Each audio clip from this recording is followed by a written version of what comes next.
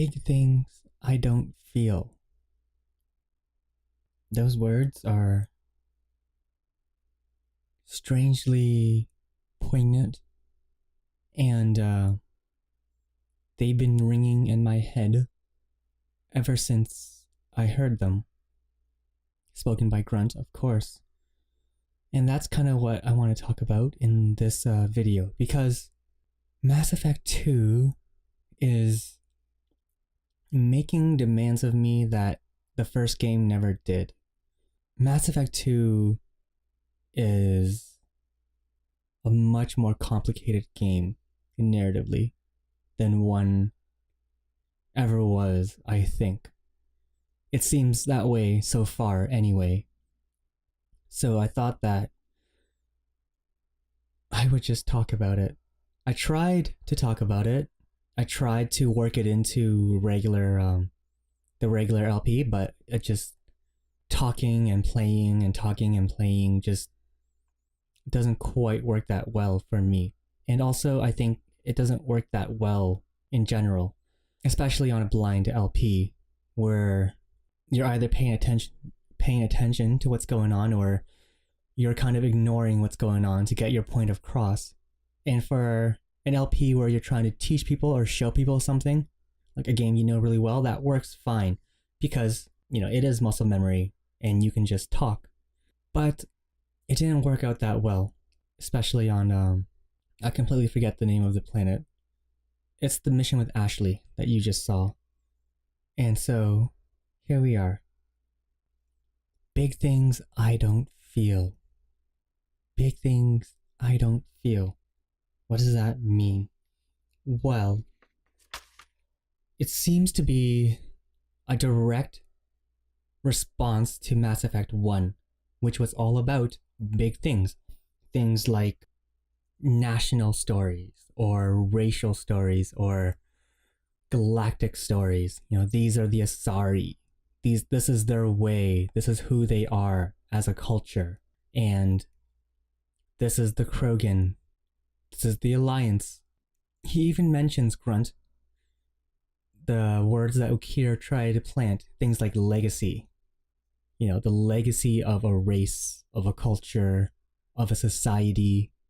These very, very big things that don't really impact people on a day-to-day basis, unless you make it a point to affect you on a day-to-day basis, unless you align yourself with whatever creed you choose, whether or not you decide to go out into the street and preach your religion, or, you know, go into the streets and talk about feminism, or about racial equality, or about other stuff. These are big things tied to big history and tied to my ancestors in the past, and where we're going, and why things should change, and where things are right now, and why things are wrong, and we should be doing this and we should be doing that, and look what happened in the past. We were so great and now we're nothing, and how can we be great again? These huge stories of empires and nations and groups of people, that was what Mass Effect 1 was about, for the most part. Humanity trying to make its place in the galaxy. Humanity finally, by the end of 1, because of certain actions, being able to take their place as the leader of a galaxy after a very traumatic event, being the attack on Citadel. Wars shaping and reshaping the world. Mass Effect 1 is about the children of official culture, or sanctioned culture, or status quo culture.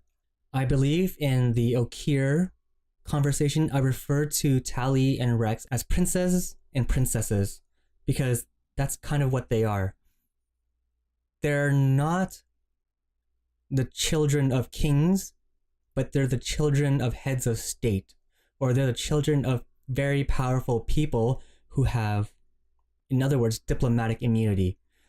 Tali is the daughter of one of, if not the major general that was democratically elected by the flotilla. Rex is the son of the Krogan warlord, I believe. He ends up killing his father because they disagree on the issue of war or breeding, but he is still the son of the most important Krogan in the galaxy. Liara, I believe, was the daughter of a very, very important matriarch. So she is a child of privilege as well. And we learn in Mass Effect 2 that no Krogan and no Quarian are allowed on the Presidium. And I don't know if that was a ruling that was made after the attack of the Geth on Citadel, or if it was always that way to begin with. We have seen Krogans on the Presidium, but they were bouncers working in Korra's den or something. And I don't remember seeing Quarians at all in Mass Effect 1. But that would... And the only Quarian you do see is Tali, and she is the daughter of a head of state. She has to stand in line 3 hours at C-Sect as they go through her background and they make sure she's all right and stuff, but she's on the Presidium. You know, Rex is on the Presidium. They have to go through like customs and TSA and all this border patrol stuff, but they get through because they're special Krogans and they're special Quarians. Whereas in Mass Effect 2, everyone else, every other Krogan, every other Quarian, they never could even dream of setting foot on the Presidium. And I don't know if that's a retcon or if that's, you know, BioWare adding more layers to this galaxy that we now see because we ourselves, as Shepard, are no longer in that position of privilege. I don't know. So Shepard in the first game was a war hero even before she became a Spectre. That was why she was nominated to be a Spectre. And this is the interesting part because every other aspect of the Alliance is shown to be in direct contrast to the aliens. Because the alien cultures are kind of presented through the eyes of the aliens. So Rex tells you his culture. Tali tells you his culture. Liara tells you her culture. And it's shaded through the love that they have for themselves. But you don't really get that in the Alliance, which is really interesting if you really think about it.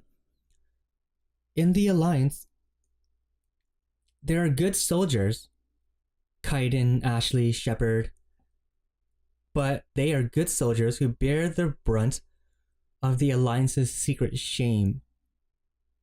Ashley is the granddaughter of the only general that surrendered during the First Contact War, and she is treated like shit because of that.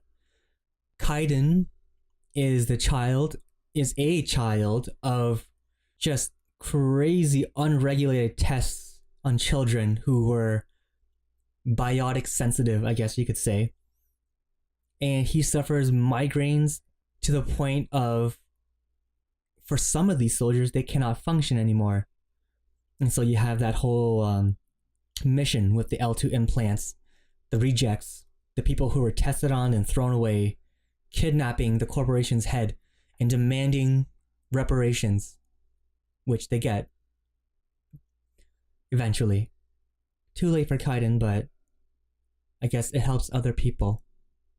So from the outside, we have this view of alien cultures from the outside as these kind of perfect, encapsulated cultures presented to us by someone of their species.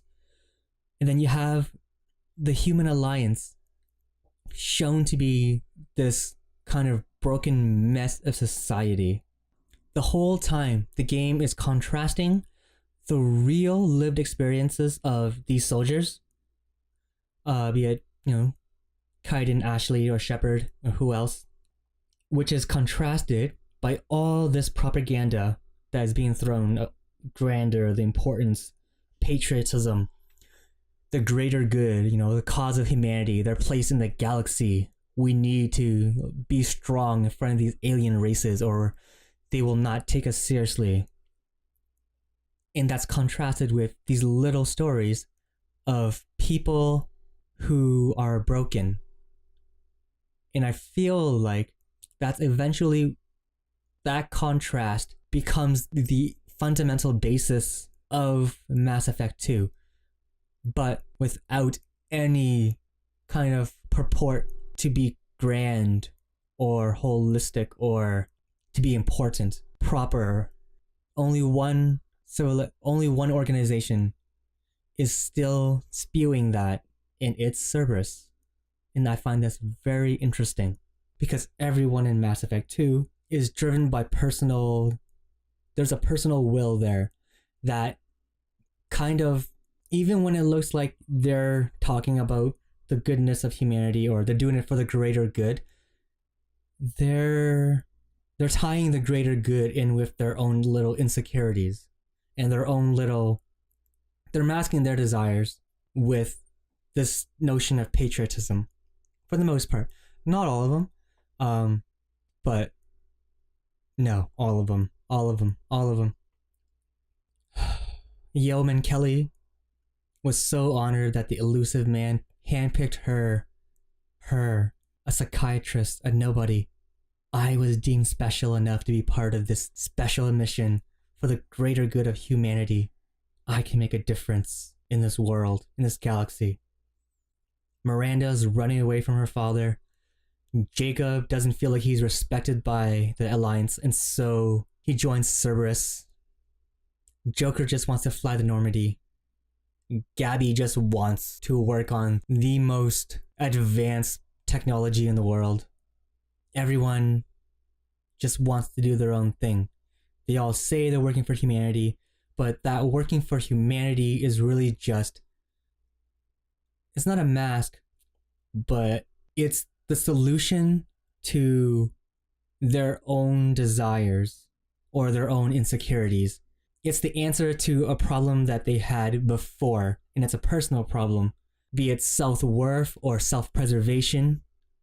I'm not being respected, so I'm going to go somewhere that respects me, which is fine. But just don't say that you're doing it for the greater good. Don't say that humanity's best interests are what you're after, when really all that you really want to do, Miranda, is not be under your father's thumb anymore.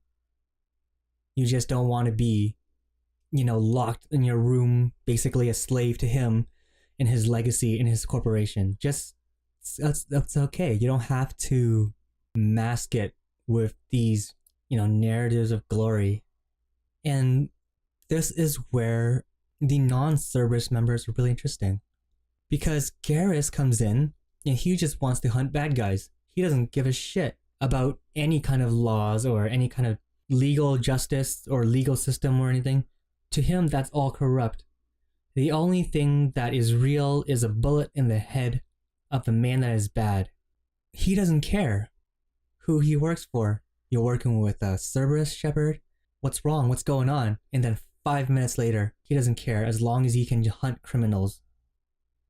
Jack is so interesting because all of a sudden, in the middle of a conversation, the game throws out a point that I had been thinking about before. I spent the whole first game working with the Alliance, and now I'm working with Cerberus, and it's making me feel weird. And suddenly she says, how are you any better? You're just a dog for Cerberus, a dog for the Alliance. You just do what you're told. You're just a company man. You follow orders. That's all you do.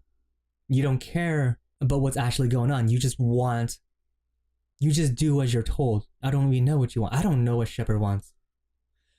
There are times when I feel like I understand her, and then there are times where I'm just like, what is with this character? And then, all of a sudden, Grunt comes along and he says the line that you've heard many times and you've read in the descriptions, big things I don't feel.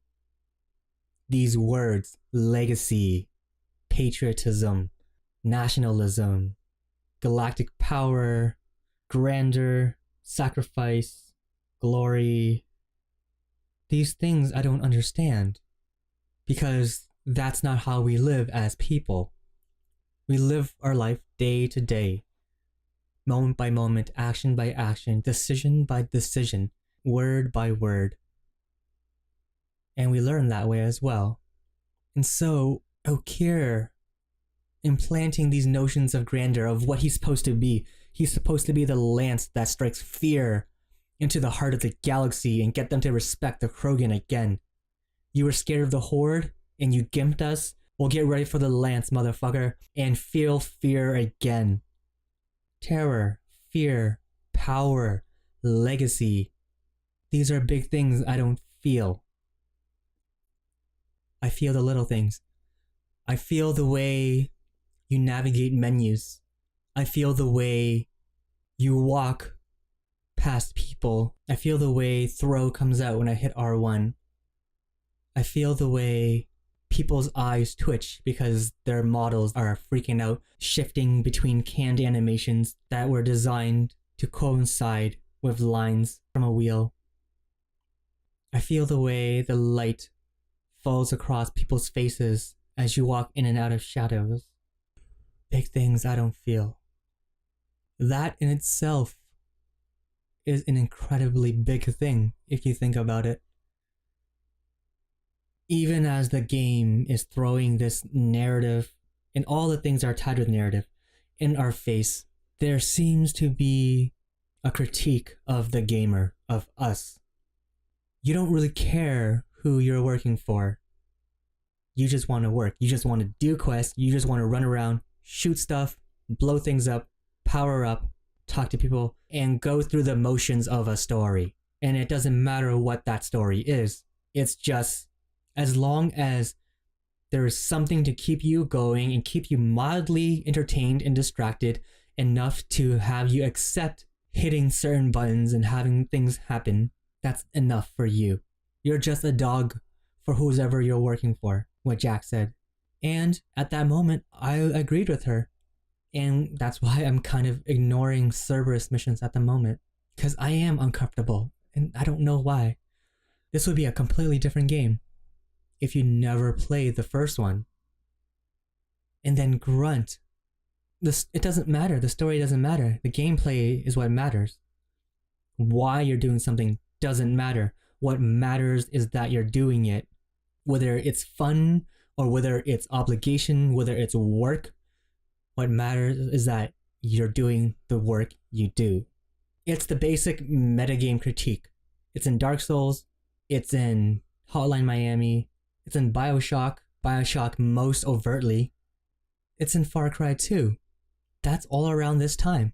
2007 for Bioshock, 2008, 2009 I think for Far Cry 2, 2010 for Mass Effect 2 here, 2011 for Dark Souls. It's very interesting. And they do it in different ways. So I feel like underneath all this, it's your story. And this is why I heard that people were mad at Mass Effect 3's ending. Because the whole time they've been told this is your story, play it the way you play. All your decisions carry over and it's your singular personal journey as blank Shepherd. And then they got, a Deus Ex 3-button ending. And they were mad. But I feel like the whole time Mass Effect is giving you, it's your story, it's personal, but it's also like saying, it's contrasting your personal story with the grand stories of the galaxy, but it's also kind of pulling the rug out and saying, but none of this really matters though, because you don't actually have any real choice. You're just working for whoever is in charge, and it doesn't matter. You're going to keep doing it because that's all you can do. You can't stop working for Cerberus. I mean, you could just turn the game off. You can't not work for the Alliance. You can be a bad soldier, but you're still going to be an Alliance soldier. You can be a really shitty Cerberus officer, but you're still a Cerberus officer.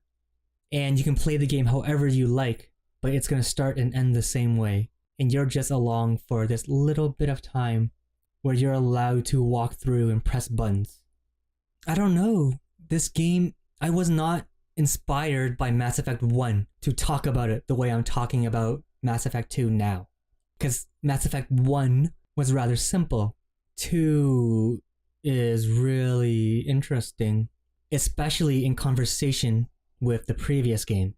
Because now not only do you have all the grand narratives and little narratives and organizations and little people in Mass Effect 2 to think about, you have to think about all that in relation to all the big things and little people in Mass Effect 1.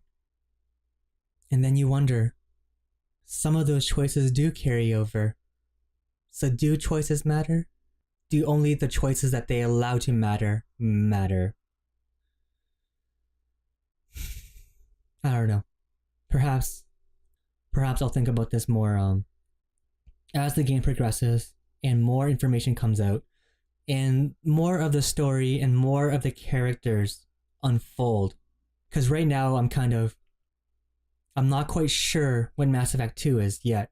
I'm feeling these things from the little bits of dialogue that Jack talks about, that Morden talks about, that Grunt talks about. These little seeds that are planted and remembering how things were in Mass Effect 1 and how things are now. And I'm feeling them trying to go for something more grand, I guess. More intellectual, more bold than they were in Mass Effect 1. Mass Effect 1 was just sci-fi and fantasy slapped together, and it had all the problems of both. Mass Effect 2 is different, and I'm really excited, but I'm also I'm expecting too much from it right now. But I want to expect a lot from it because it's asking me to take it seriously. So I'm taking it seriously. And I hope that the energy and the effort and the time I'm putting into it will not be wasted. It's going dark. It's going serious. It's going grimy. At the same time that it's going silly and funny and lighthearted, which is interesting. But it's asking me to take it seriously, and I am. So if I seem annoyed with the game, I probably am in that moment, but also I'm feeling the game. And a lot of the times the game is trying to piss you off. It's trying really hard to piss you off sometimes, and it works. But I'm fumbling through the game, and if I'm annoyed at the game, maybe that's what it wants. So thank you for watching this watching me ramble as I dig through planets for their resources to, oh my god, something destiny. I didn't want to write Manifest Destiny in a title in Mass Effect 1. This is at the end of the Pharaoh's mission. So I wrote something destiny because they were all talking about colonizing and looting the planet, and now that the Thorian was gone, they can be great. And it felt awkward. And here I am, looting planets. I'm doing much worse than any of them ever did. Because they're not just hopping from planet to planet and depleting whatever resources they find. And so, does it matter? What's the lore behind me ripping these minerals from planets that are poor and that rely on these deposits to sustain their meager existence, and I just fly in and take it out? But now I can make my shotgun better. Now I get 10% plus to biotic attacks. So does it matter what I'm doing? Or does it matter that I'm just raiding resources from basically foreign lands? Or is all that matters the numbers that go up in my arsenal? I don't know if I'm overthinking it, but Mass Effect 2 is a game that's making me think. So, let me think. Hey, thanks for watching.